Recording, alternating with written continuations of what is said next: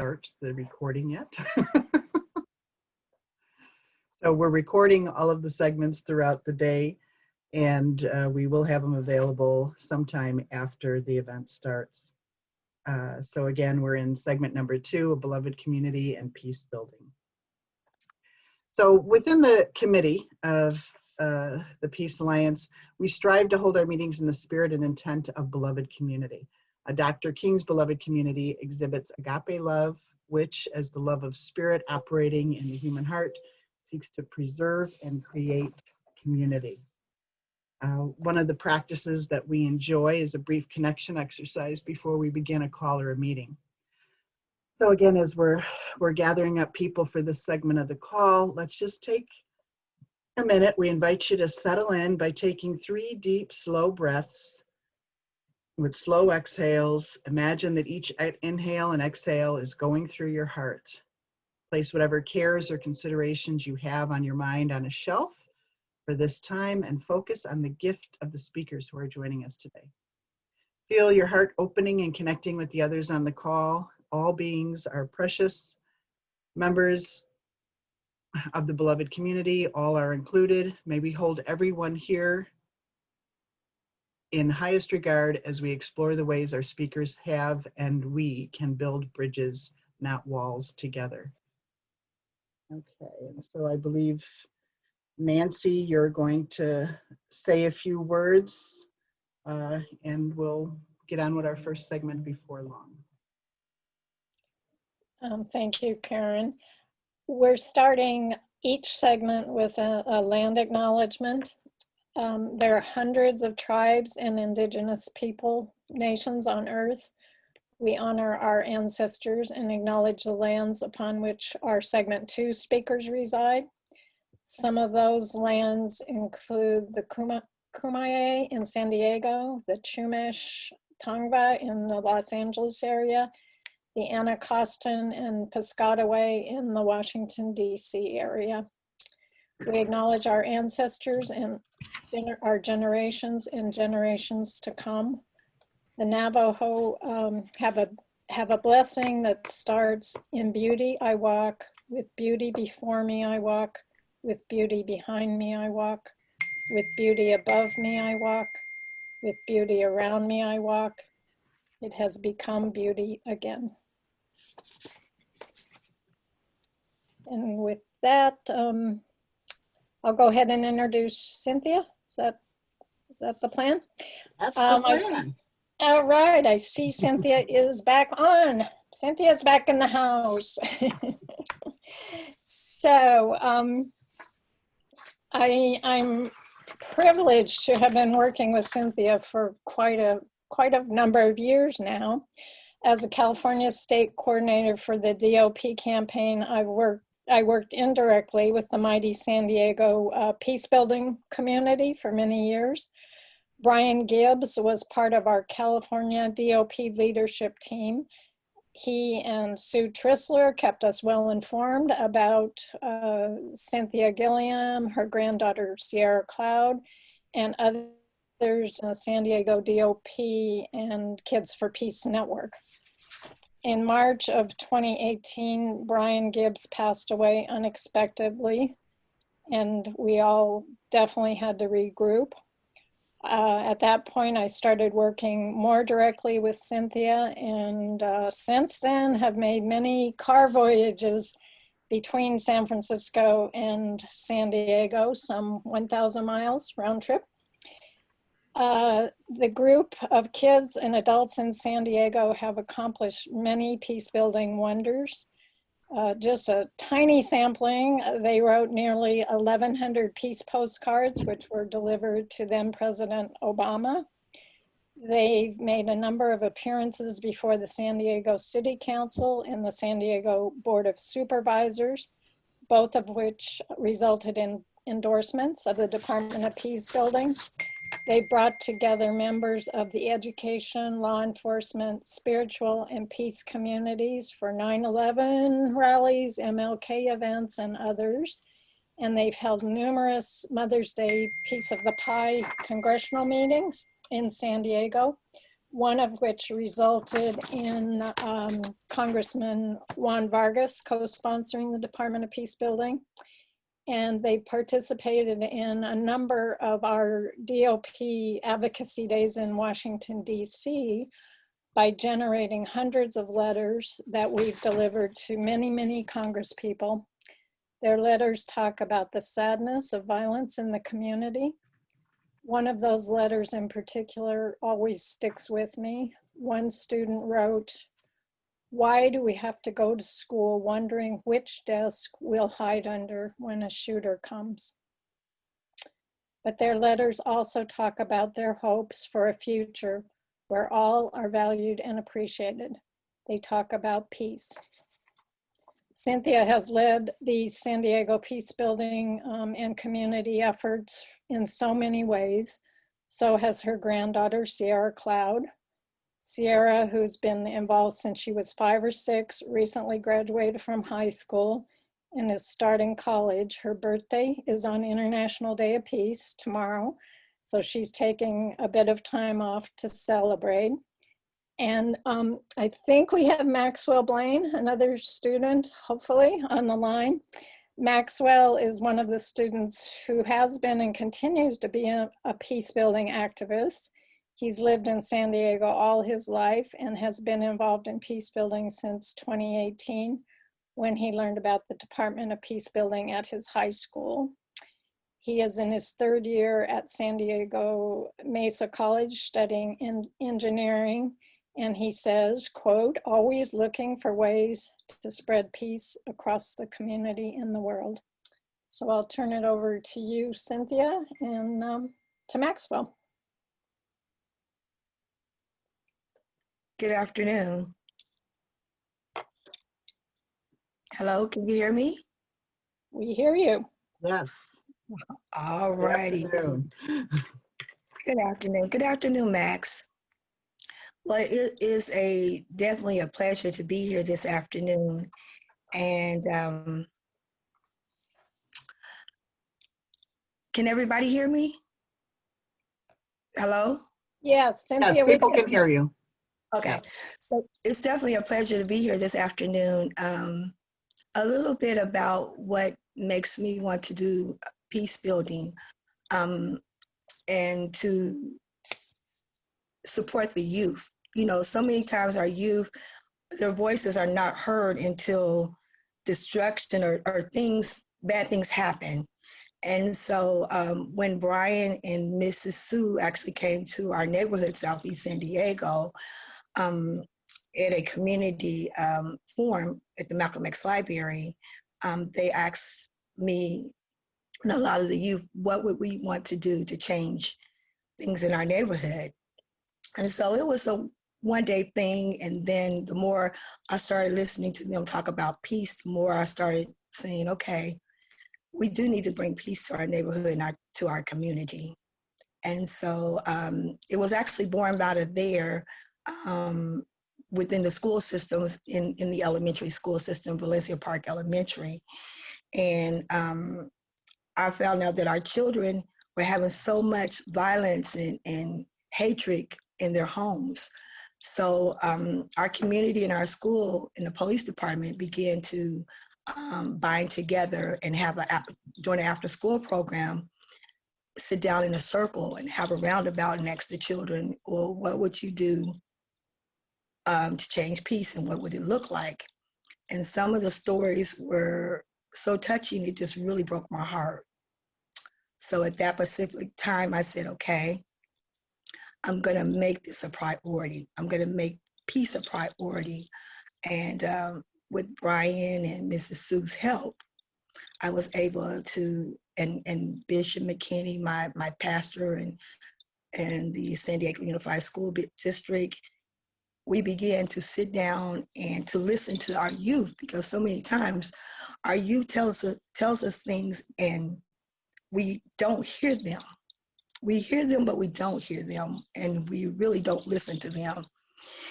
And so the kids began to tell me, you know, this is what I want peace to look like.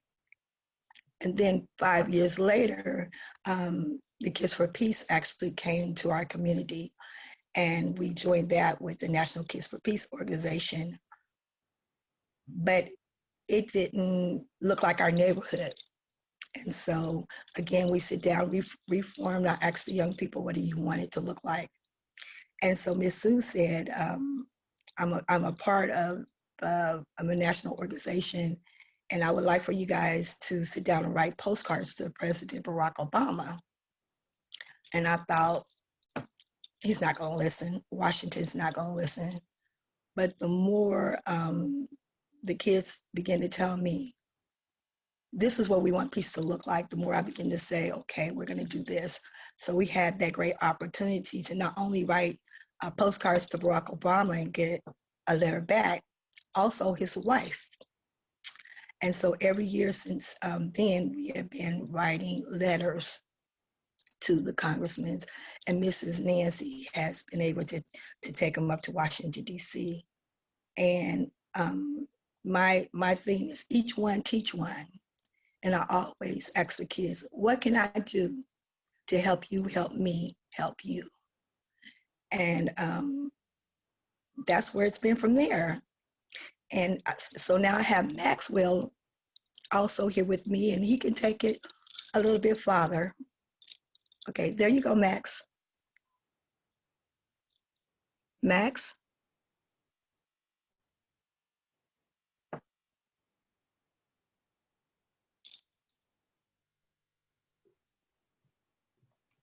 Yeah, we're not hearing anything. How is Maxwell joining you? By phone or how? He said he's gonna be, no, by phone. He said by video. Oh, okay. Maybe he might be having a little bit difficult problems. So I can talk on a little farther. Now I see him here. Hold on. Okay, all righty. Get him up there for you. Thank you. It's all about our young people. It is. Okay, he is up there now. I'm going to bring you both up at the same time. Okay, Maxwell, you can speak now. All right, thank you guys for having me today. So yeah, I've been with the Peace Foundation since 2018, and yeah, how are we going to be a peaceful society is a big question of today. There's a lot of differences out there, but we all have to be one as a whole community. And that's been the question all along since 2018 up until now.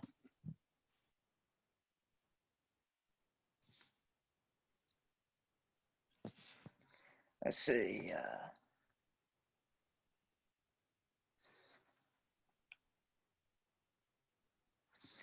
And then the question of, see, there's been a lot going on. I'm not really sure where to begin here for today of the peace talk.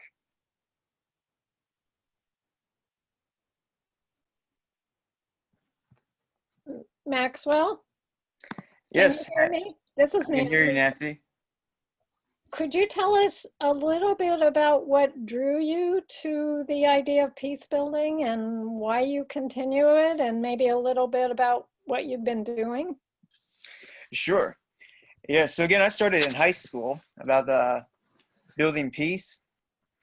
And I want to build peace because peace feels good once you're all connected as a society and you're respecting each other for who they are. It just feels really good. And then, but when you're not practicing peace, then there's the question, how would you feel if you didn't practice peace? And then the way that compares to when you do practice peace, it just makes practicing peace and being there as a whole and respecting each other so much more worth it. And that has been my main motivation to continue practicing peace since May 2018. And I first started practicing peace at the Mother's Day Peace Talks, where I was able to speak with Congress members to express how can we feel safe in our schools, especially with gun violence and things like that. How can we be confident to be in school while knowing that we can all be safe and we don't have to hide under a desk in the fear that death is imminent? And that is also a really painful question. It affects me, and I know it affects so many other people in ways can't even imagine. So I've been wanting to help solve that problem for ever since I can remember with the Peace Foundation. And so that was 2018 was my first year. I continued that into 2019. And this year I've really been honing down why peace means so much to me. And again, it is for those reasons. And then today I have this amazing opportunity to speak my voice to people in the Congress, which is great. So you all can hear my voice, and we can all continue to spread peace together. Has this helped in your maybe in your relationships with friends or family, or in other ways you connect with the school or the community? Yeah, I would say it has. You know, keeping the mentality of peace, you are more likely to have better relationships with your friends, because as we are working together to be one as a community, then I want to be respectful to my friends for who they are, and that right there can strengthen all my relationships. And spreading peace has made my family really proud. Yeah, knowing that I'm doing good for the community, and it's helping me be spreading more love into my family too. And again, honoring where we come from, what we're known for. We're a very artistic family, and I'm able to fully enjoy that and love my family for who we are by continuing to practice peace everywhere.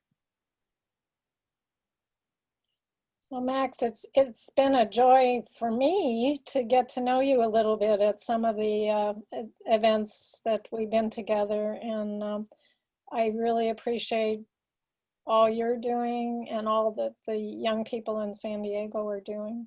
So Thank you, Nancy. I love what you do too, and to you, Miss Cynthia. Thank you.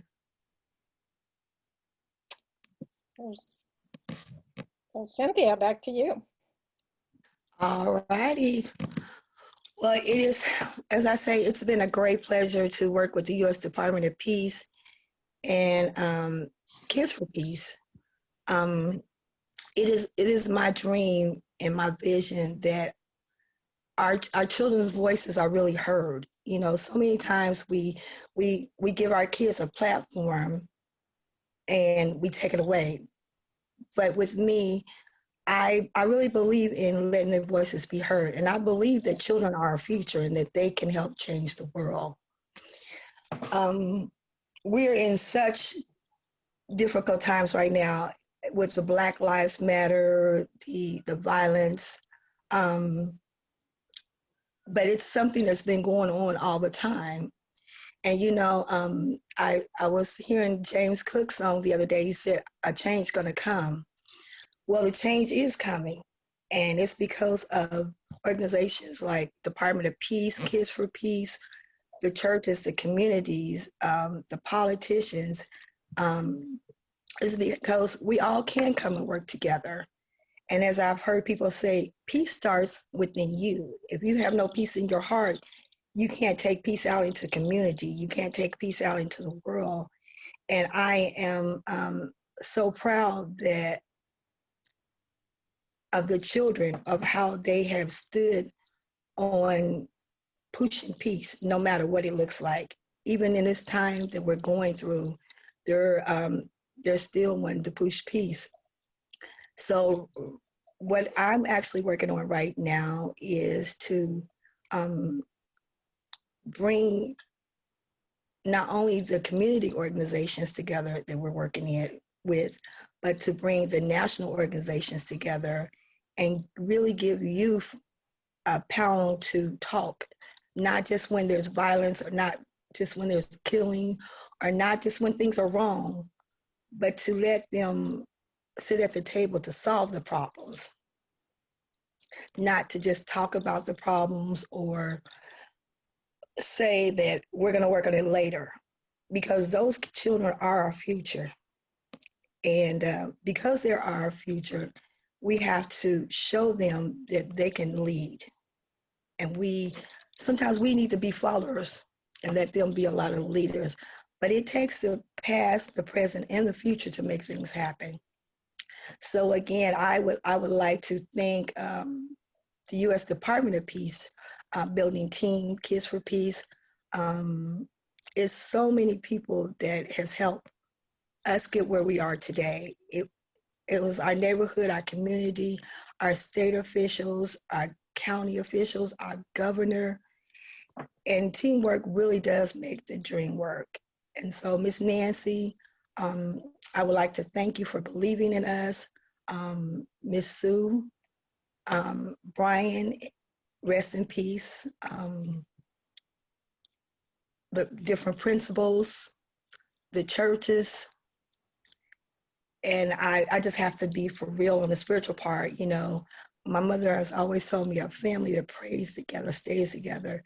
And within this movement, we are really a family.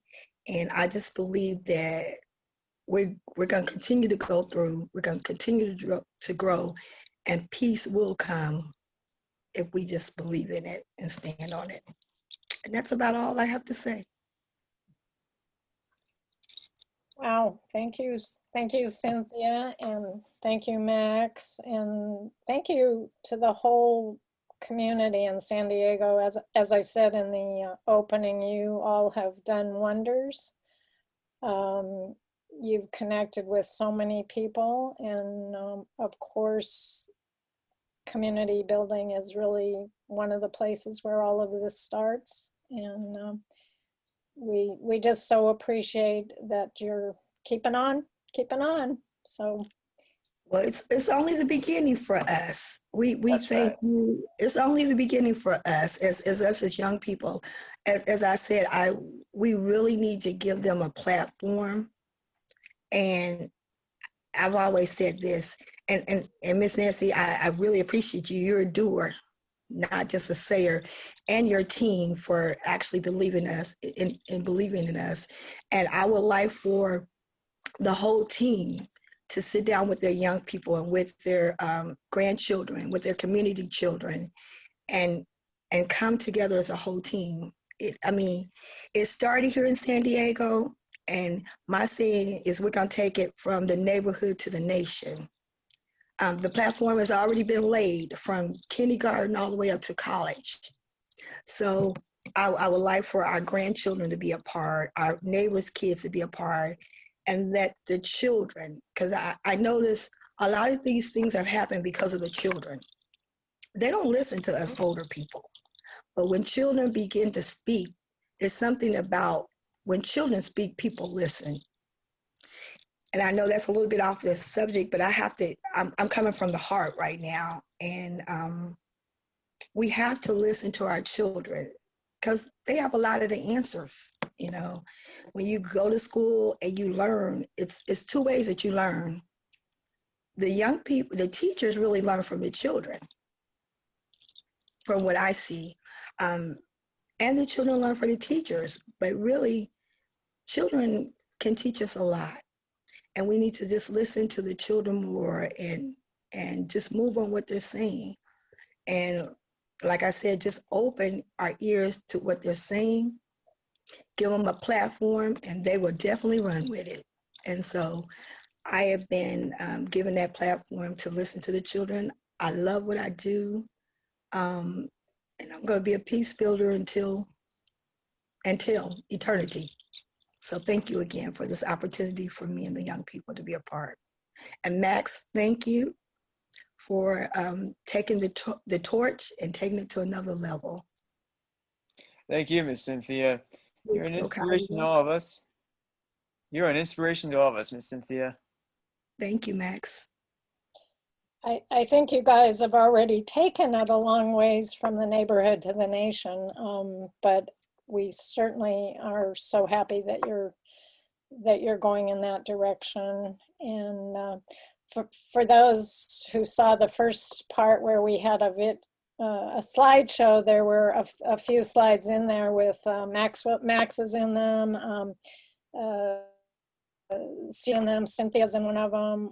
So it just shows a bit of what you all have been doing in San Diego. And thank you so much. Thank you. So Karen, I will, Yeah, yeah, we don't have a lot of time for Q&A, but I did see that Maggie from California had her Oh, hand raised. I wonder, Maggie, I unmuted you if you wanted to say something here. oh, thank you. Yes, I'm just so excited thrilled to hear you all, my dear friends. And Cynthia, this is the first time I've seen you. I've heard you on the phone calls and everything, and you made me cry. I've been crying here listening to you and talking about reaching out to the children. And I've got to do more. I know I've got to do more. And I just love you all. And I thank you from the bottom of my heart for the work that you're doing. Thank you. Wow. Yes, thank you both. And I see that Terry Mason has added thank you to you both in the chat room, in the Q&A box. So we will move on to our next segment then. Azim Kamisa couldn't join us live today, so we pre-recorded a message for his segment. That is, there is nothing more important in forgiveness and spiritual resiliency. So I will cue up his video now for everybody. And hopefully we'll see both. Hello, Azim. Azim Kamisa is an author, peace activist, thought leader, and inspirational speaker. Many of us know that Azim became a social activist in 1995 after his 20-year-old son, Tariq, a promising and wise young college student, was murdered while delivering pizzas by Tony Hicks, a 14-year-old gang member, in a random act of gang violence. 1 month after establishing the Tariq Kamisa Foundation, he invited Les Felix, Tony's grandfather and guardian, to join him. Together, ever since, they have brought their story and message to millions in person through TKF's Peacemaker Assembly and via school and public media, guiding youth to choose a peacemaker's life of nonviolence and forgiveness. I was deeply touched by his story and works when Azim spoke at the Peace Alliance Conference in 2005 in Washington, D.C. Azim has done much in the world since then. We are pleased he is able to be included in our day of celebrating and promoting building bridges, not walls. Azim Kamisa. Thank you, Karen, and thank you for inviting me to participate on the International Day of Peace, World Peace Day, when we are encouraged to all worldwide come together in spite of our differences and commit to peacemaking and to being part of the culture of peace. And I totally support your work to create a Department of Peace, at the cabinet level. I thought that as we come together today and tomorrow on the International Day of Peace, I thought I would start with a prayer from my Sufi Islamic background. I'll say it in Arabic first, and then I will translate it. Bismillahirrahmanirrahim. Allahumma anta salam wa minka salam. Wa alayka jo salam. Hina rabbana bi salam. Watkilna dar salam. In the name of Allah, the most merciful and the most beneficent. In the name of Allah, the most merciful and the most beneficent. O Allah, O our Lord, Thou art the peace, from Thee is the peace, and to Thee returneth the peace. O Allah, O our Lord, give us a life of peace and usher us into the abode of peace. And I think the central question amongst us is, how do we, as different cultures, different religions, different nationalities, come together in peace, where we continuously are assaulted by the news of our differences. I grew up in Kenya. I immigrated to the United States about 45 years ago. And I've never seen this country so divided. And as we come to the election, I am very concerned about the potentiality of violence on our streets. It's already happening. And I think to myself, how did we get here? As a country that has, since World War II, for over 70 years, been a champion for democracy, a champion for human rights, the policeman of the world, and all of that is now being threatened. So more important than now is that we double our efforts, increase our volume of our sound, and commit ourselves to becoming peace builders and peacemakers. And as I was introduced, mine is a very personal story. My son Tariq was an inspiring college student. He was a good kid, a kind, generous kid, and worked as a pizza delivery man on weekends. And he was a great writer, a great photographer. And his hero was Gandhi, a man of peace. And it was his turn to deliver pizzas. He was lured to a bogus address by a youth gang. And in a gang initiation, a 14-year-old shot and killed him. Needless to say, it brought my life to a crashing halt. He was only 20 years old. And I went through all the emotions you would expect a parent to go through. Hopelessness, despair. You know, I remember I was suicidal at one time. I really did not know how to move forward without my son. I had him for a very short 20 years. But sometimes in deep trauma and deep tragedy, there is a spark of clarity. Every saint has suffered the dark night of the soul. And what I saw in this tragedy, that spark of clarity, was that there are victims at both ends of the gun. Now that didn't come from my intellect. I don't think us mortals are capable of that. And it didn't come from my loving heart. Rather, it was a download from a higher power. And I saw that the enemy was not the 14-year-old who took the life of my son, but rather the societal peer pressure and forces that force many young men and young women to fall through the crack and then choose lives of crime and gangs and drugs and alcohol and weapons. That was the culprit. And the question I asked is, how did we get to a society where children kill children? We like to think that we are a civil society, but children killing children is not a mark of a civil society. And I was totally amazed as the challenge that we face with youth violence. I mean, every community, whether it is urban or suburban, is plagued with the challenge of youth violence.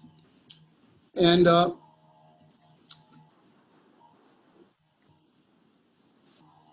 thought, you know, we're the richest nation in the world. And even when I now think about Sandy Hook in Newtown, Connecticut, 20 first graders, 5 and 6 years old, were gunned down in automatic machine gun fire. In the richest nation in the world, they had a lot of living to do. And I was amazed that we weren't doing very much about it. We can spend hundreds of billions of dollars on wars on foreign soil, yet every single day, right here in our own backyard, our defenseless children are being wiped out in a degree of bizarre violence. That didn't make any sense to me. So 9 months after Tariq died, and to honor my son, and to look at this problem, and as an American citizen, I saw that Tony, who took my son's life, was a victim of society, a society which I'm part of. I'm a naturalized American citizen, and I felt I must take my share of the responsibility for the bullet that took my son's life. Why? Because it was fired by an American child. So 9 months later, I formed the Tariq Hamisa Foundation with the initial mission of stopping kids from killing kids by breaking the cycle of youth violence. We essentially had 3 mandates. Our first and foremost mandate was to save lives of children, because we lose so many on a daily basis. It's important to do. Our second mandate was to empower them the right choices so they don't fall to the crack and end up in gangs and crime and drugs, alcohol, and weapons. And our third was to teach the principles of nonviolence, of empathy, of compassion, of forgiveness, of peacemaking and peace building. And I started with a very simple premise that violence is a learned behavior. And if you accept that as a truism, then nonviolence can also be a learned behavior, but you have to teach it. Next month, we celebrate the 25th anniversary of the Tariq Hamisa Foundation. We have a safe school program, which is a model for 6 different programs. 4 of them are for students, 1 is for teachers, and 1 is for parents, that we developed in partnership with the Berkeley University. And with the grace of God, with the grace of the universe, they're working. I have personally given over 1,000 presentations to school students worldwide, teaching the principles of nonviolence, teaching the principles of empathy, compassion, forgiveness, peacemaking, and peace building, and inspiring them to become leaders in their homes, in their schools, and their community. And it's working. I wanted to kind of share with you this letter I recently got from a student. My name is Vanessa Brunetta, and I'm a senior at the Bishop School.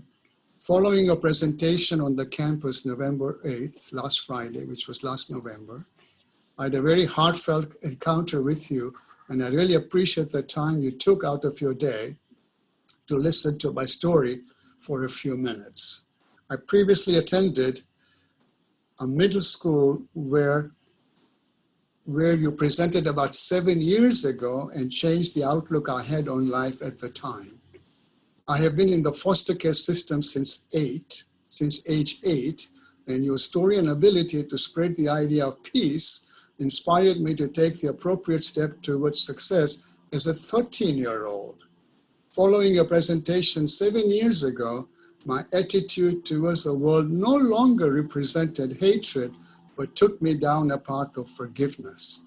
Forgiveness of my biological mother, whom I deemed responsible for my being in the foster care system, and forgiveness of the world, whom I held accountable for all of my young confusion and pain.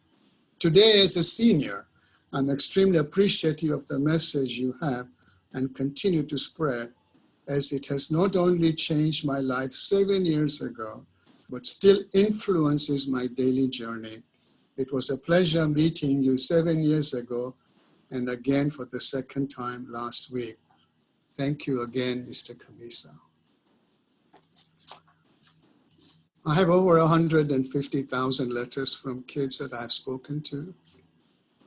And what I am inspired on this International Day of Peace is to share with you that these concepts of nonviolence, of empathy, of compassion, of forgiveness, of accountability, of truth, are not only teachable, our children and youth are hungry for them.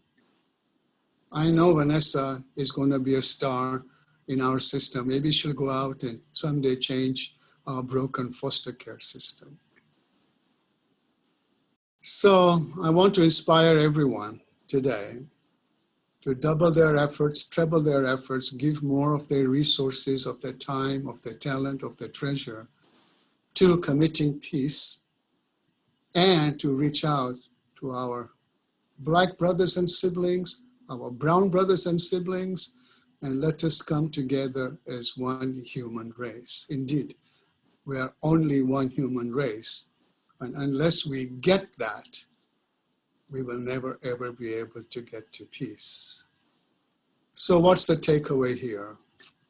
So I want to close with a quote I wrote after 9/11, which is actually the inspiration of my trilogy. My first book was From Murder to Forgiveness, Forgiveness to Fulfillment, Fulfillment to Peace. And the kid who killed my son wrote the foreword to that last book and has recently been paroled. He's 40 years old now and has joined his grandfather and me in the Tariq Kamisa Foundation.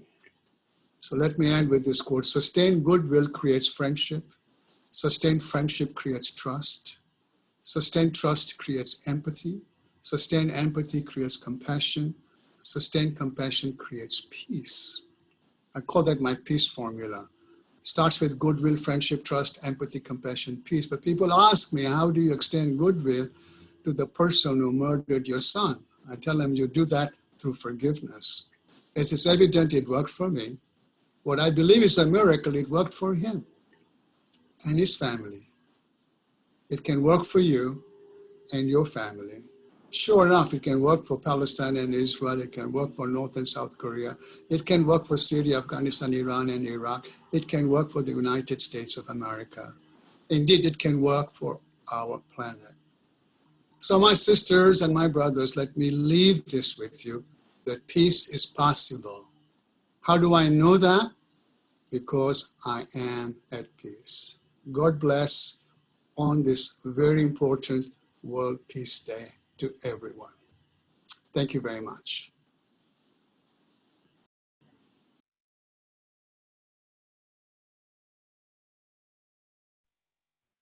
Wow. All right, let's take a breath. That was an amazing talk. Don't know why Maggie's name is coming up on our screen. But we'll see if we can remedy that.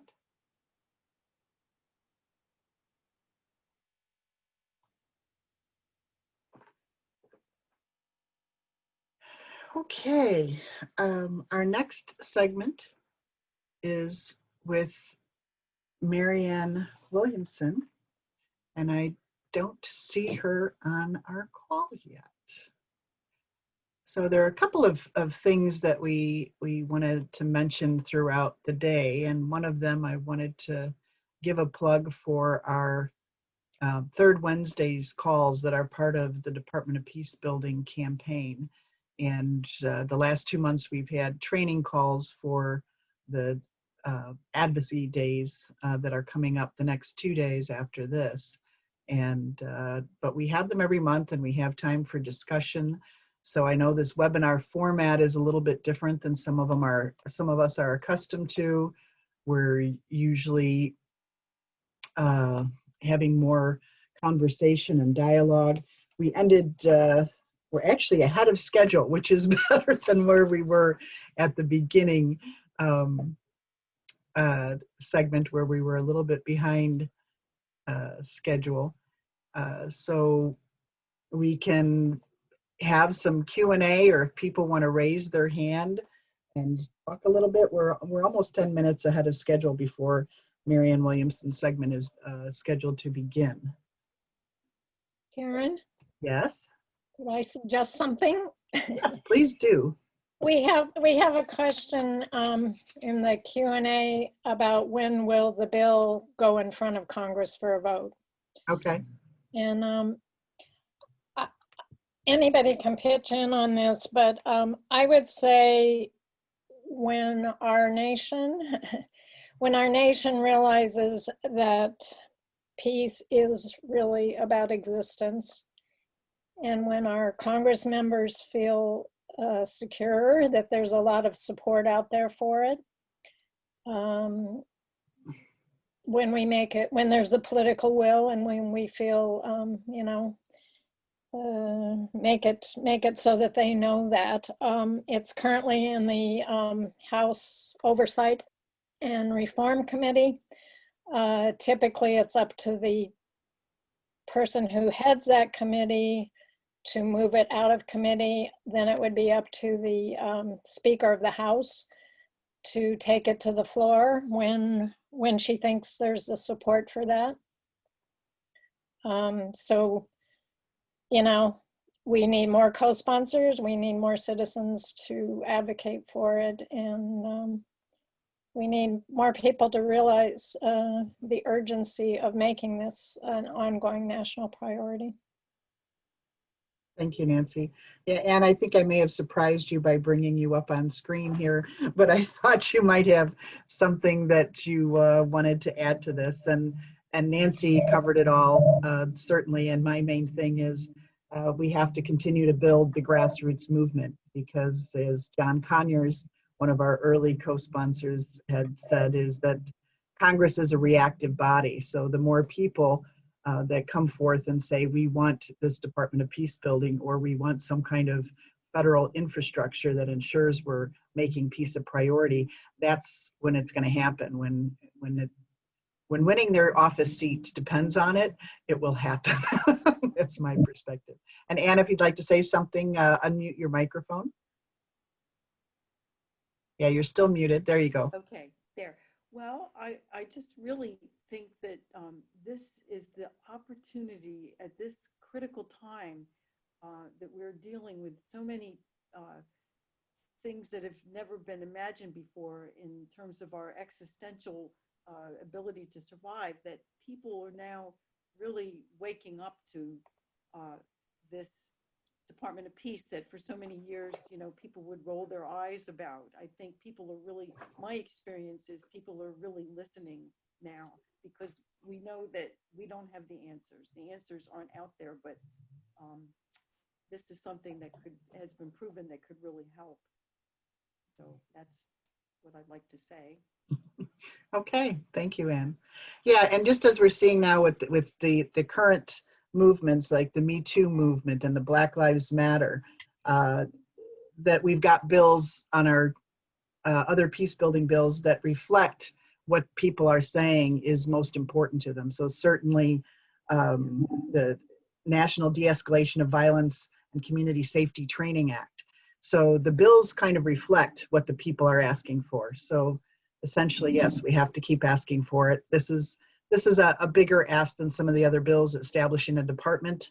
Early on, we heard that you know, they had just established Homeland Security. They don't want to add another department now, but it's been some time and they've learned some lessons, and it's a preventative department that can help us with so many different things. Go ahead, Anne. Well, I'd like to just say also that I don't know that a whole lot of people in the world are aware of what's been going on in the last month in terms of Peace Month, Peace Week, and then Peace Weekend and Peace Day. I don't think in the history of the universe that there's ever been so many people now that are focused on doing activities for the International Day of Peace, which is tomorrow, and that has to affect the universe in some way. It may not be on people's radar yet, but we're coming together, and it's very hopeful. So Okay, thank you. I see we had somebody else drop a question in the Q&A wanting to get a copy of the peace formula from Azim's, that Azim had at the bottom. That was actually my first thing when we recorded it, is saying I'd like that in writing. So I will transcribe it at some point when we're concluding with all of the events in the next couple of days, and it will be online. His website is tkf.org. They're also on the Department of Peacebuilding page of the Peace Alliance website. There are there's a biography page that has people's websites where they're my admiration for Marianne Williamson, not so much Gabby Bernstein, because I really felt. Oh, I apologize for that.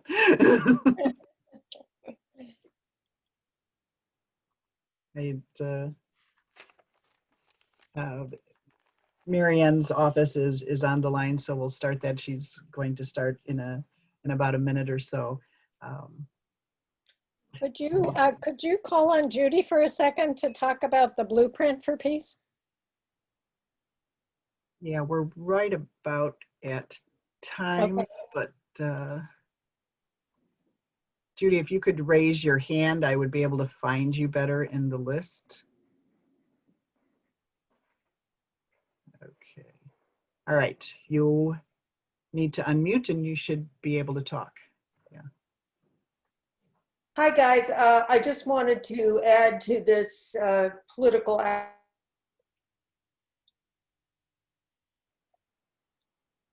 thing that the Peace Alliance has been doing is promoting an endorsement statement called the Blueprint for Peace, which you can find on our website.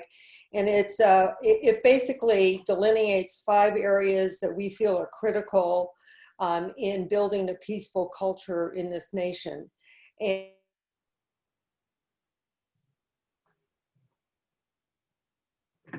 Hi, Wendy. what it does is ask elected officials to endorse those principles. And so far we've reached, I think I just said, over 100,000 elected officials in the country with this Oh, I thought she was going to be on your line. So did she register as an attendee? That's what you're saying? Sorry, Karen, we can hear you talking. Are you hearing me or Marianne? We heard, we heard Judy and we heard Karen simultaneously. And Judy, yeah, so for more information about the Blueprint for Peace, go to our website. It's right on the homepage. And we encourage you all to sign that and to pass it on. When you pass it on, you will reach automatically all your elected officials at the state and federal level, asking them to endorse basically legislation in support of peace building initiatives and solutions, which we know we all have. So I will get off because I see Marianne now. It's wonderful to see you, Marianne. Hi, well, always wonderful to see you. Yeah.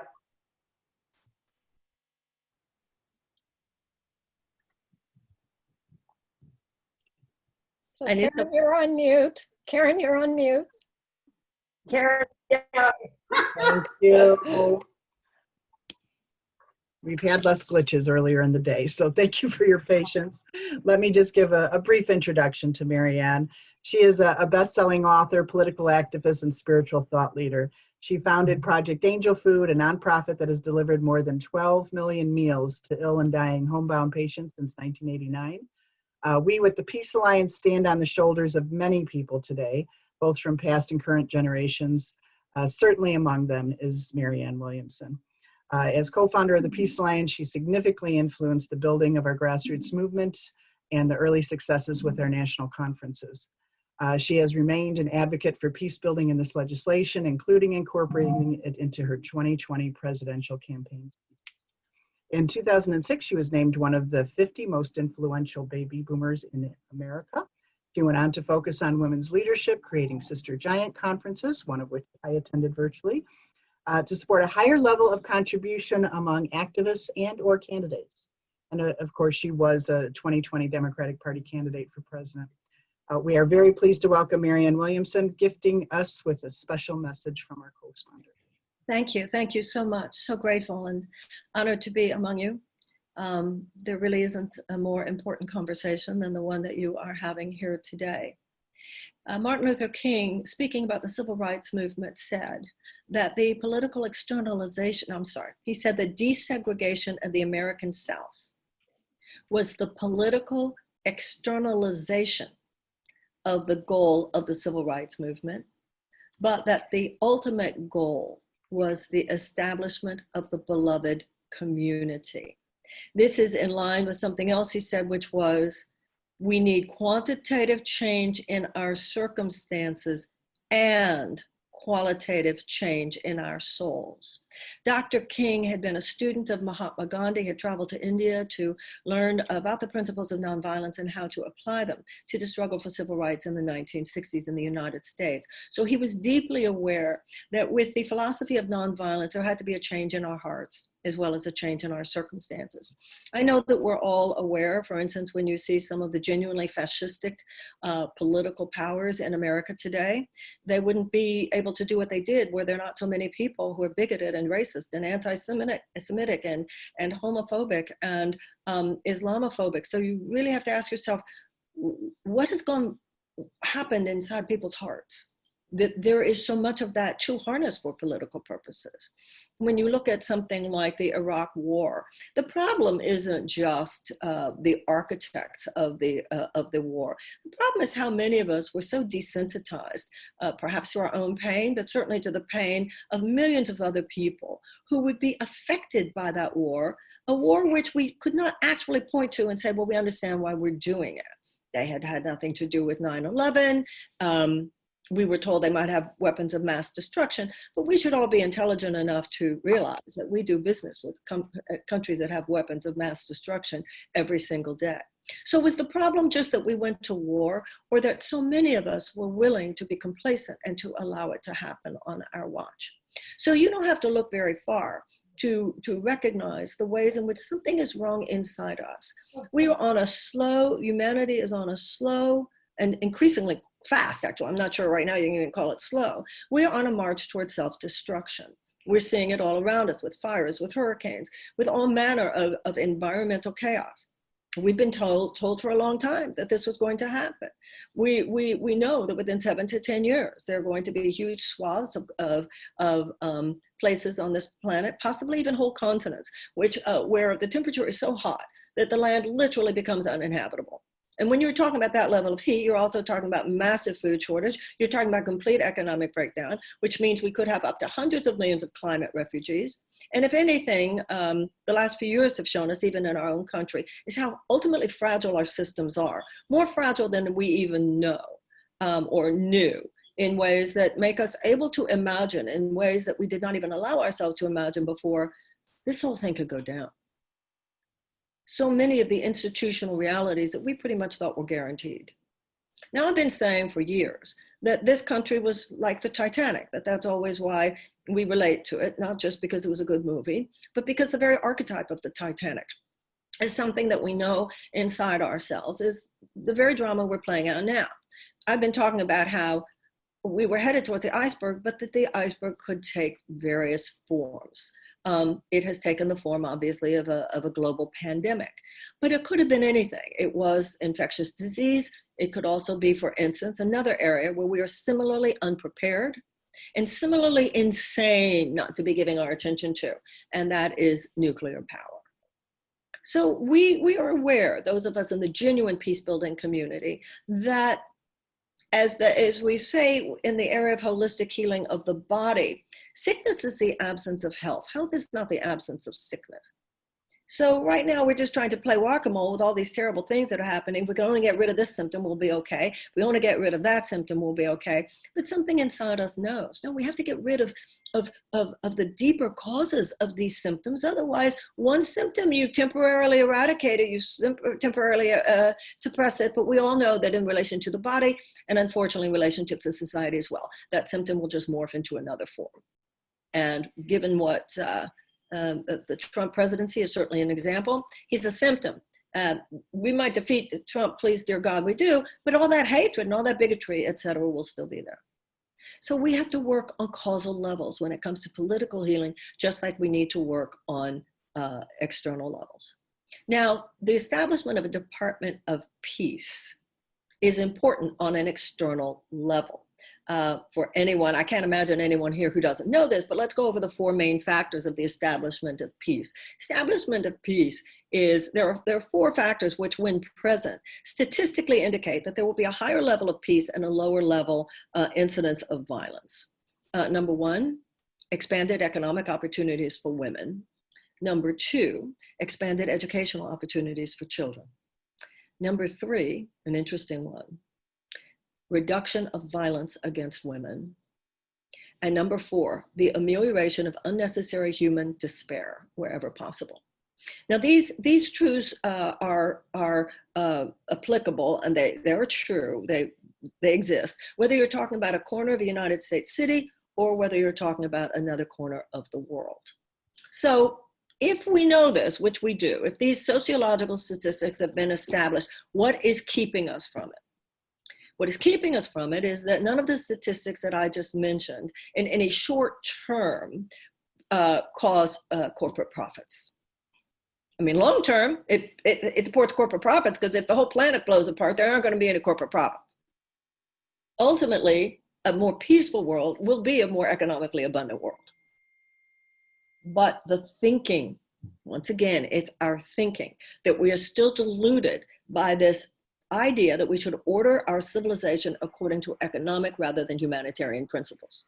When I ran for president, the whole point was that Franklin Roosevelt said that the primary role of the presidency is not the administrative aspect, but moral leadership. We need a moral shift. We need to eradicate an economic bottom line and replace it with a humanitarian bottom line. A Department of Peace is an embodiment on a practical level, on a political externalization level of just that, the idea of proactively waging peace. I found when I was on the campaign trail that there's a deep listening to this kind of thing. The tragedy for me in my campaign was that there was a distinct, almost radical difference between the way the political media industrial complex operates and the listening of people.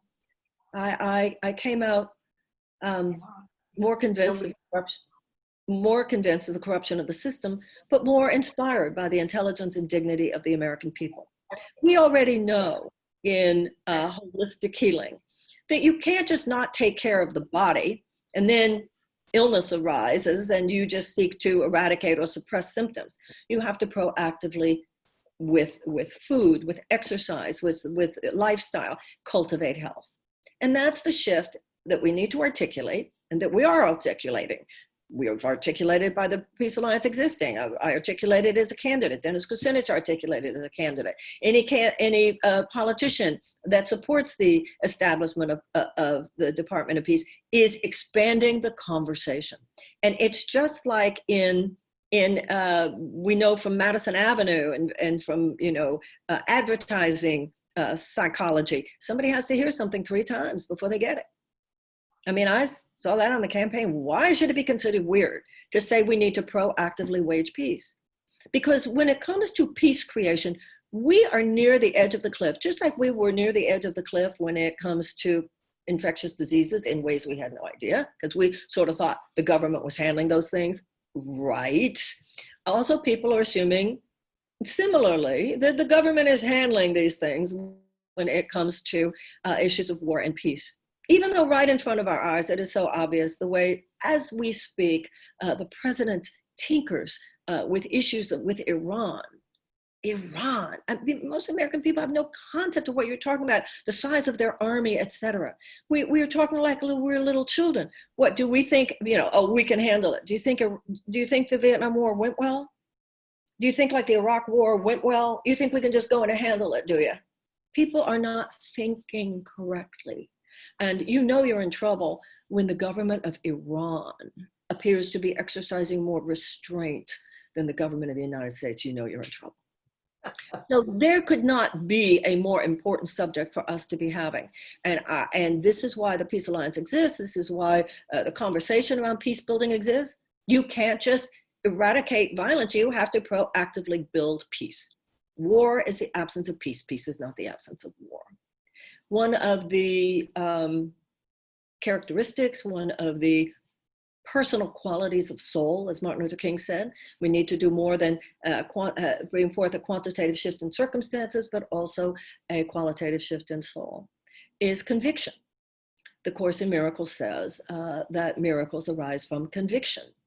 And I believe there are far more lovers and peace lovers in this country and in this world than there are haters.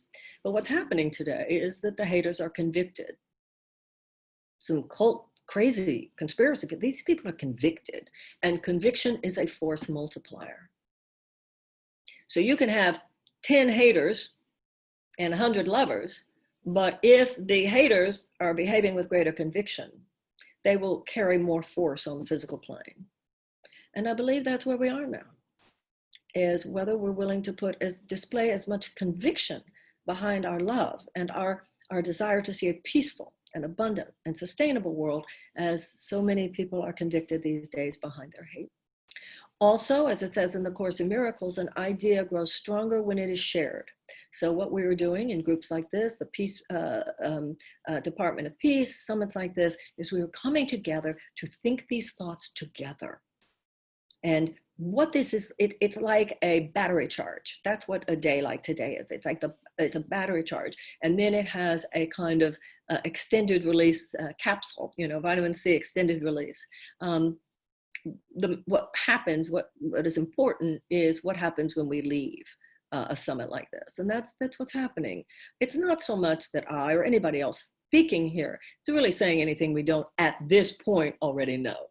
Because the data we get the data. It's important because it's also important in trying to morally persuade other people. But we need to shift now from a focus on data to a focus on wisdom and a focus on courage. So take it from me. I know when you start talking about these things, you'll get a lot of mockery if you really start talking about it in the kind of rooms that matter, but it doesn't matter. Even some of the people who mock you are saying it themselves a few months later. They just didn't want anybody to know that they heard you say it or whatever. Doesn't matter. That's just a challenge to our own ego. It's very easy, I think, particularly for women. I think the whole people-pleasing temptation is so deep in us. I think we have cellular memory of a time when witches were burned at the stake. So we have, I think, even more than men do in general. We say something, somebody laughs at it, puts us down for it, and we sort of skip our way. I've learned, and I think we all learn when it comes to these very, very important topics, if I say something and you don't like it, it usually means I need to say it again. Just say it again. And that's what the Peace Alliance does. It stands for a message, and it will continue to stand because there's a moral authority inside this message. So that's how I see a Department of Peace. I see a Department of Peace as an instrument of proactive peace building. We have a $760 billion defense budget. Now, I think, the generals, et cetera, every dollar that they say they need for our national defense, I think they should get. The problem is that our defense budget represents hundreds of billions of dollars above what the military says they need. And those hundreds of billions of dollars have nothing to do with what the military says it needs, but rather has to do with what defense contractors such as Raytheon, Northrop Grumman, and Boeing simply want. And so they create all these products. And, God forbid you should have the one that came out 3 years ago.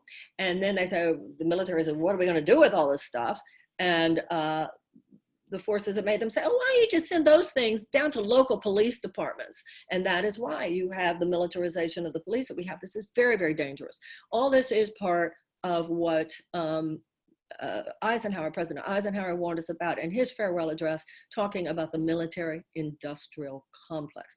Remember, if anybody knew about the military needs, it was Dwight Eisenhower. He was the supreme commander of all Allied forces during World War II. However, he saw what happened after the war. Remember, before World War II, the United States did not have a standing army. We were attacked at Pearl Harbor, and Roosevelt had to just put it all together. One of my favorite stories is I lived in Detroit for a while, and this is a very Detroit-centric story. I love this one. The great automakers, the big three automakers, just as they are now, were called to the White House. And the president said, because the war had started, but we didn't really have the means of fighting it. He said, okay, gentlemen, I need this many planes, I need this many tanks, and I need this many ships. And the big three automakers said, oh, President Roosevelt, we are patriotic Americans. And as soon as we hit our quota, as soon as we produce enough cars, we're going to give you your ships and your tanks and your airplanes. And President Roosevelt said, gentlemen, I don't think you understand. You will not be making any cars until I get my ships, my planes, and my tanks. That was the whole argument with Trump. having to do with the early days of the coronavirus. Many people wanted him to be Roosevelt. Many people wanted him to say to American manufacturers, using the power of the National Defense Act, Manufacturing Act, make this stuff. And instead, people in his administration, Jared Kushner, among others, didn't want to mess with the free market.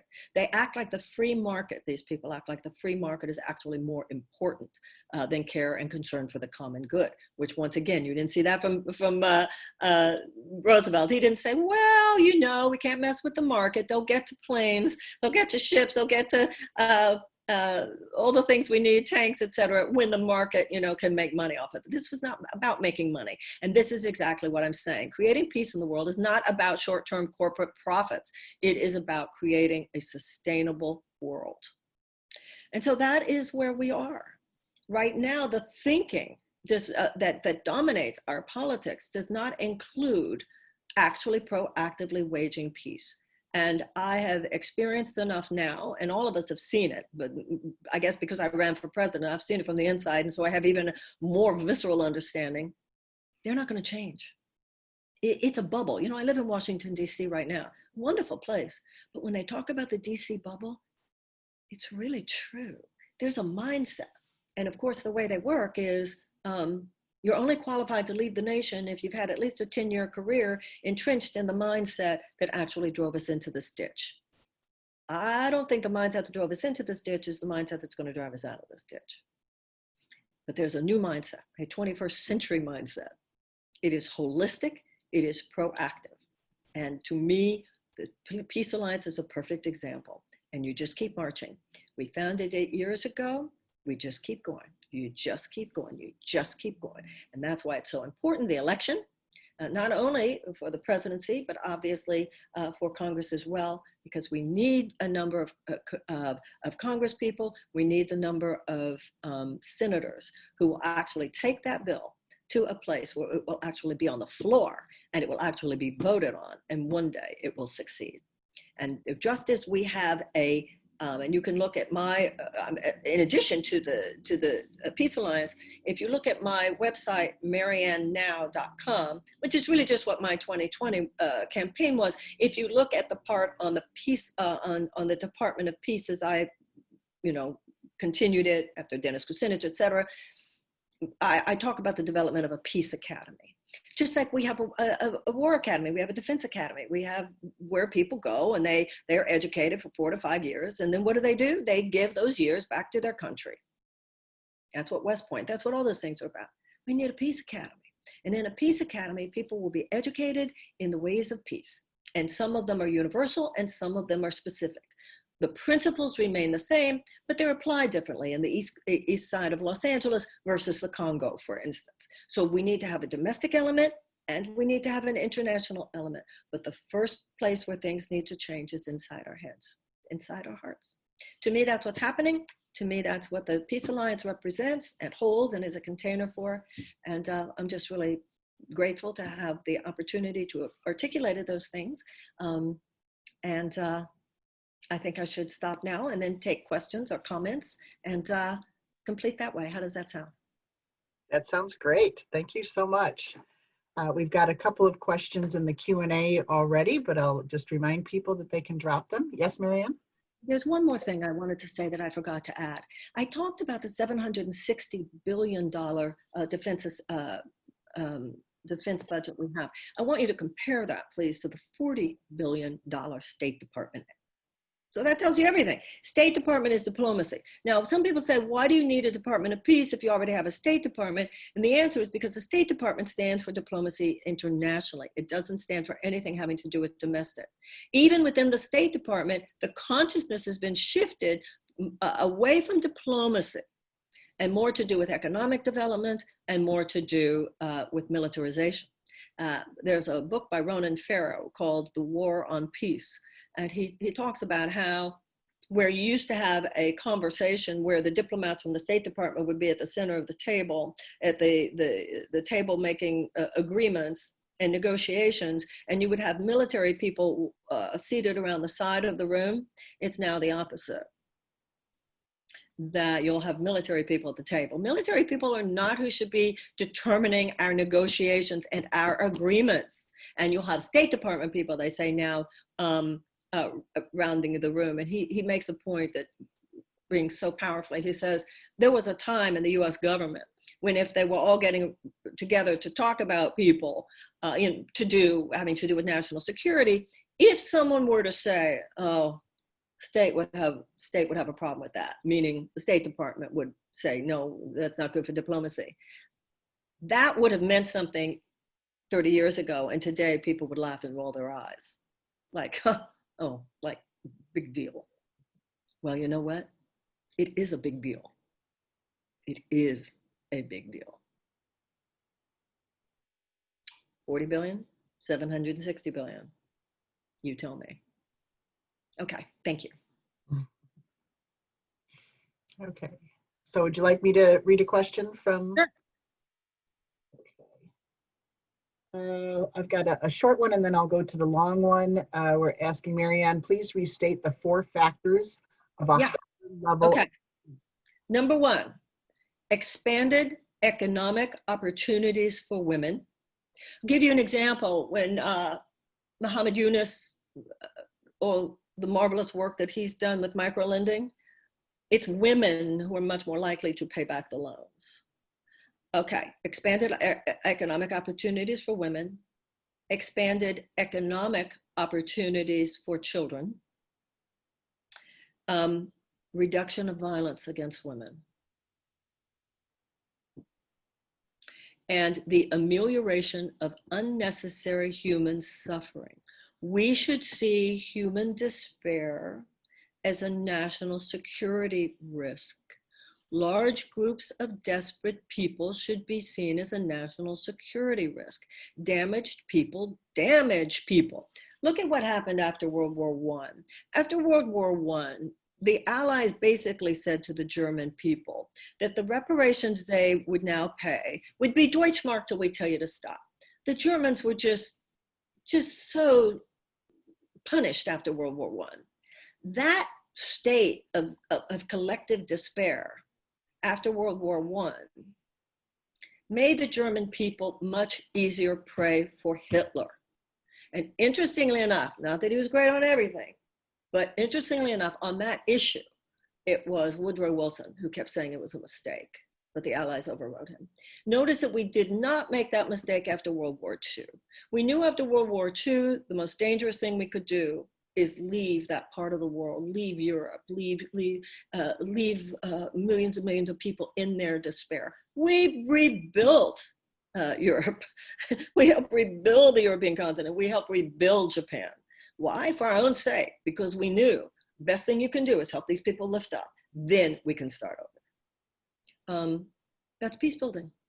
And our ancestors, are people who came before us, understood this in a far more sophisticated way.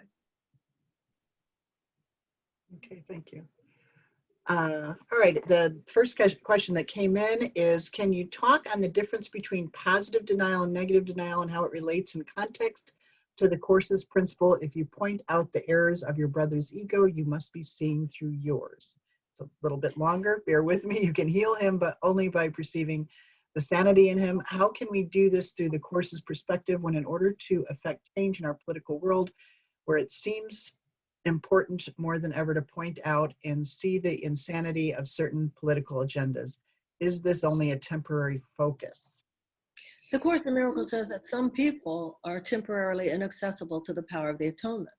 Now, it's not about pointing out someone else's ego, because only your ego can point out somebody else's ego. The issue is to not make it personal. Donald Trump is an innocent child of God. Doesn't matter, he can't have my democracy. You know, if you knew a woman and she was being beaten by her husband, chronic, continuous domestic abuse, you would say to her, as some religious circles do, go home to him, love him. You say, no, he's an abuser, he's a violent man, do not go back. It's not about he's not an innocent child of God. I mean, look at all these books about Trump. Look at all the books by Mary Trump. We get it. He was damaged as a child. We get it. I'm very, very sorry. I really am. I mean, it's terrible. I mean, you read the stuff about his father, you read Mary Trump's book, I get it, I'm sorry. But no, he cannot have our democracy. I mean, there've been enough books written about Hitler. I mean, get it, we're sorry. But no, you can't do that. Love sometimes says no. Love does not always say yes. And, you know, there's actually a part in the Course in Miracles where it talks about that. You know, if your child comes in, a little baby with sharp scissors, love doesn't mean you let the baby play with the sharp scissors. And it is out of love for our democracy that we set a boundary. Why do you set a boundary in any other area of life with people? There's nothing unloving about setting an appropriate boundary. So the Course in Miracles does not make us stupid. It does not make us less psychologically perspicacious. I think it makes us more. It is out of love for our democracy that we need to say to some people in about 45 days, stop right there. It is for love of the earth and love of the capacity of our children to breathe that we say no to the fossil fuel companies. It's got to be over. It's got to be over. Love you guys. And out of love, that's a perfect example of where love does demand. You know, a lot of people, when you're talking about something like ending fossil fuels, right, which we must do. Some people say, but what about all those thousands and thousands of people who have jobs? That is correct. And I think compassion does demand that we have a just transition, that with something like a Green New Deal, you know, so many of the skill sets that are now put to use for something like fossil fuel development, manufacturing, research, science and engineering. We need those same skills, just repurposed. Spiritually, the issue is purpose, purpose, purpose. And I think those people should be first in line. And I think protecting, and I think the government coming in there to make sure these children, these adults don't fall through the cracks is righteous. But that doesn't mean that we allow it to continue. We simply can't. It's killing people. And it is childish of us to deny that evil is perpetrated when a sociopathic economic system with no sense of moral or ethical obligation to people or planet has precedence in the organizing of our society. There's a young person I know who died recently of leukemia. And when I asked his mother, do they have any idea where it came from? She said, no, but when he was little, the gardener used to use Roundup. And some of the people in the neighborhood asked him to stop. He didn't understand them very well. He was a very sweet man. He didn't speak English. They didn't speak Spanish. When she told me that, it just broke my heart. Why are they still allowing that stuff to be sold? How many more stories do we need to hear like that? So do you think a Course in Miracles student is supposed to go, it's okay? Where's the love for our children? Everybody talks about where's our love for Donald Trump? How about where's our love for the people who are being hurt because of his policies? God bless him. He's an innocent child of God, and the steering wheel must be taken out of his hands.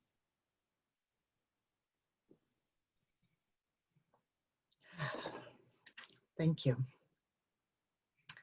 Another question, what do you think about Truth and Reconciliation Commissions in the United States? Well, Truth and Reconciliation Commission is extremely important in a country like South Africa. But remember, when the Truth and Reconciliation Commission was established in South Africa, the generation that had been damaged by apartheid was dealing with that. That's very different than what we have in the United States today, because even though the legacies of slavery are absolutely wicked, and particularly not even just particularly the economic, also the social, the political, obviously in terms of policing and criminal justice, when it goes back to the real root, which has to do with slavery, that generation is no longer with us. I have been for years writing about, going all the way back to my book, Healing the Soul of America.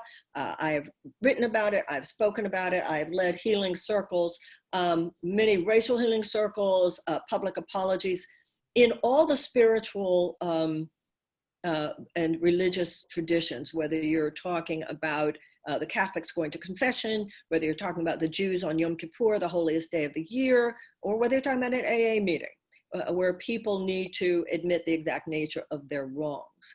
The idea of atonement is extremely important. And so our atoning, this is what racial healing is about, examination of white privilege. There are many things going on in all over the country, people examining their own biases, their own prejudices, their own racism in ways that might have even been unconscious to them before.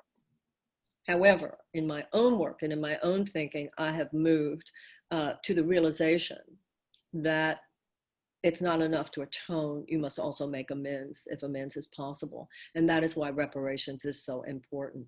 The German people have paid $89 billion in reparations to Jewish organizations. That doesn't mean the Holocaust didn't happen, but it does mean that there has been a level of psychological and emotional repair between Germany and the Jews of Europe that there would not have otherwise been. There is a story I once heard that was told by a Protestant theologian, and I call it, I don't know if it has a title, but I call it the transition from a good Samaritan to a conscious Samaritan. The Good Samaritan, the story, of course, is that the Samaritan is walking down the road and sees a beggar, and the Good Samaritan gives money to the beggar. Lovely. Continues to walk down the road, sees another beggar, gives alms to the beggar. Continues to walk down the road, sees another beggar and gives alms to the beggar. Walks down the road, sees another beggar, gives alms to the beggar. And the story is, at some point, the beggar says, excuse me, at some point the Samaritan says, why are there so many beggars? You have to look at the collective history. So at a certain point, if I'm not a Black person, but just, you don't have to be Black to know, if somebody, for instance, took $1,000 from me and then apologized to me and processed it with me, I would say, thank you so much, that's so good, but I'd like my money back. So be careful here. Don't think just talking it through is going to ultimately be enough. We need to talk it through, and we need to take collective action. You know, over the last few years, there's all this talk about small random acts of kindness. Very good. Right now, we need more than small random acts of kindness. We need huge strategic acts of kindness that don't just affect one person here or one person there, but affect the policies that affect millions and millions of people. And I say that as a person who's run many racial healing circles, the whole truth and reconciliation issue, but it's not enough for me to just see my white privilege. I need to then do something about it. And that takes us into the conversation of reparations. Phenomenal, thank you.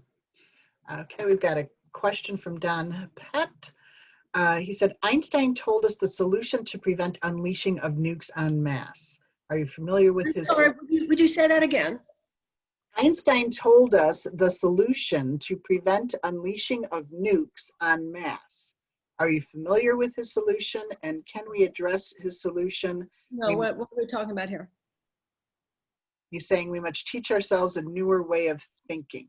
Right, and we all know the line, we will not solve the problems of the world from the same level of thinking that we were at when we created them. And that's exactly what we're talking about here today. Our thinking that, oh, whatever creates an abundant economy for a bunch of corporations, it's like, that's barbaric. We need to think differently. You build a sustainable world and you build an abundant economy by organizing your collective behavior according to one question: what would help people thrive? Which is a way of saying, not what corporations do, what would love do? It's a different kind of thinking, and it leads to radically different results. We spend a lot of time and a lot of money on figuring out how to wage war. We have to spend time and money on figuring out how to wage peace. It's a different kind of thinking. Now also, meditation, spiritual practice, prepares the nervous system for the people that we need to be to pull this off. Because you will be mocked, you will be made fun of, you will be diminished, you will be minimized, you will be pushed back, pushed out. It's going to happen. be the person for whom you just keep going.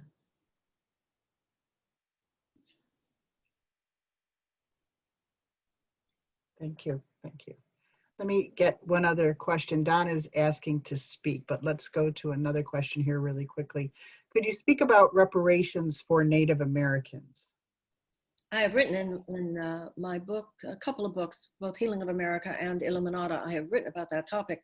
The issue of, I mean, obviously, no one has a monopoly on human suffering. On one hand, you have the issue of slavery, and you also have the issue, obviously, of genocide of Native Americans.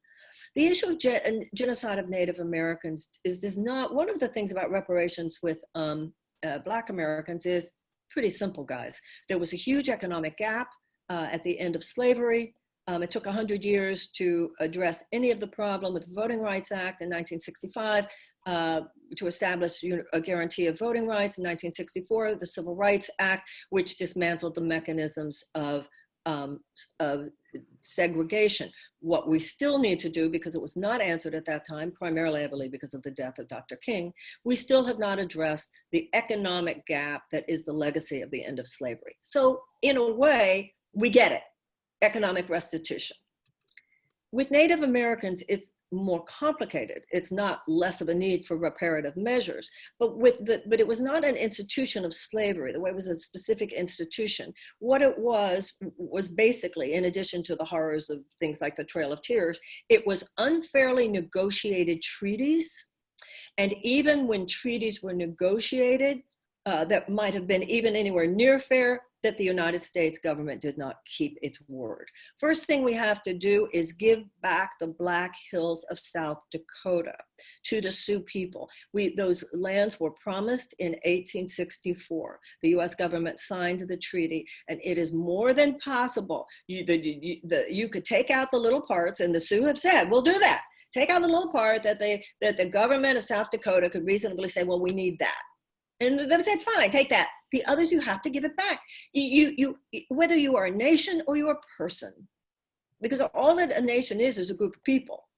So the same psychological and spiritual principles that apply in the path of an individual apply in the path of a nation. Clean it up. You can't go forward until you clean it up. So the first things is some very basic things like that have to do with the Black Hills of South Dakota, and then issue after issue having to do with water rights, having to do with mineral rights. Look at what's happening at Standing Rock, these pipelines. So it has to do with specific policies, specific issues, which to some extent have started to get better. You know, interestingly enough, Richard Nixon was the first president to even establish the Bureau of Indian Affairs. Obama, as with so many things, moved us a little. But we need to make it a national goal and a national intention. Native Americans are the poorest of the poor in the United States. We talk a lot about COVID and Black communities, but we should be talking about COVID and Latino communities, which are even hit harder, and COVID issues in Native American population. What is going on also in the Native American population that is just heinous is missing and murdered girls, women and girls going on right now. What happens is, because of certain sovereign territories, you would have the police forces of the Native American territory, but then some of the horrible crimes are that men, presumably men, who knows really, coming onto the reservation territory, kidnapping women, taking them off the reservation, once again, murder, missing, and then you have communities where the non-native policemen will not take it from there. It's deep, it's dirty, it's hidden, it's multi-layered.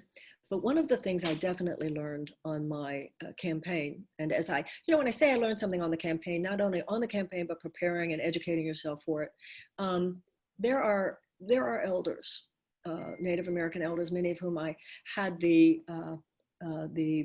honor of meeting in Nevada, in Arizona, etc. They know what they want and they know what they need. And it's a matter of talking to them and entering in whole new phases of negotiation.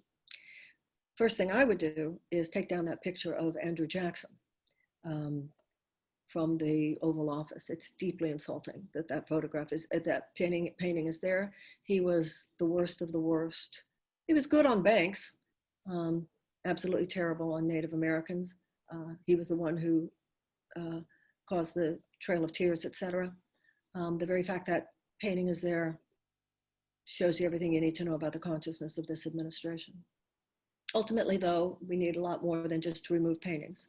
But I know for a fact that many Native Americans who I met on the trail said, just even that will be a beginning that shows somebody gets what's going on here. Great, thank you. I know we're at the end of your segment, but I wonder if we could do one more question, because I really like this question. Is that all right with you, Marianne? Absolutely. Okay.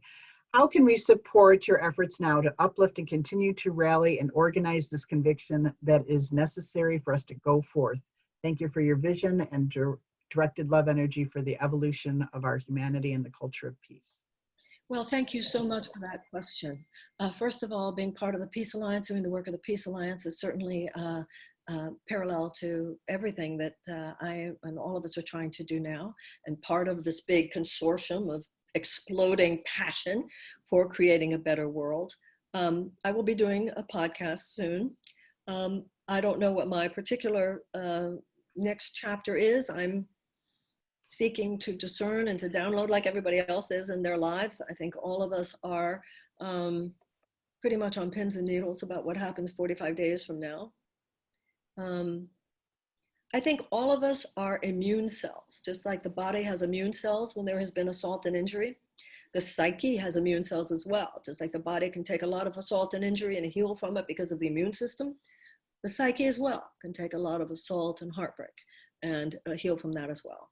So can civilization, if the individuals see ourselves as immune cells. And immune cells are assigned, and we're assigned to each other. Some cells are assigned to the heart, and some cells are assigned to the pancreas. All of us are assigned to the area where we can be of best use. I see politics as a collective assignment. I don't know if I'll ever run for office again. I don't know yet. I haven't received that.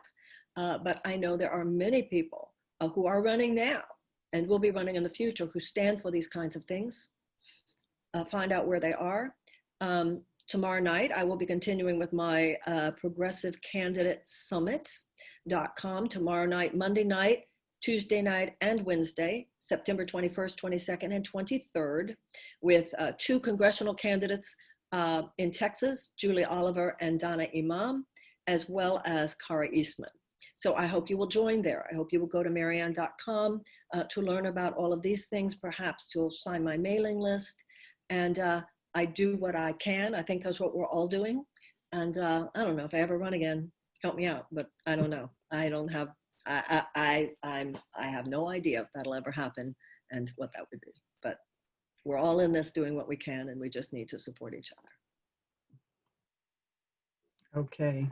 Thank you so much. We really appreciate your time and so much good energy and information that we'll have it's a good thing we have a break after you so we can all absorb it. Thank you. And Judy, wonderful to see you. Much love, everybody. Thank you. Peace Alliance is always a part of my heart. Thank you. Okay.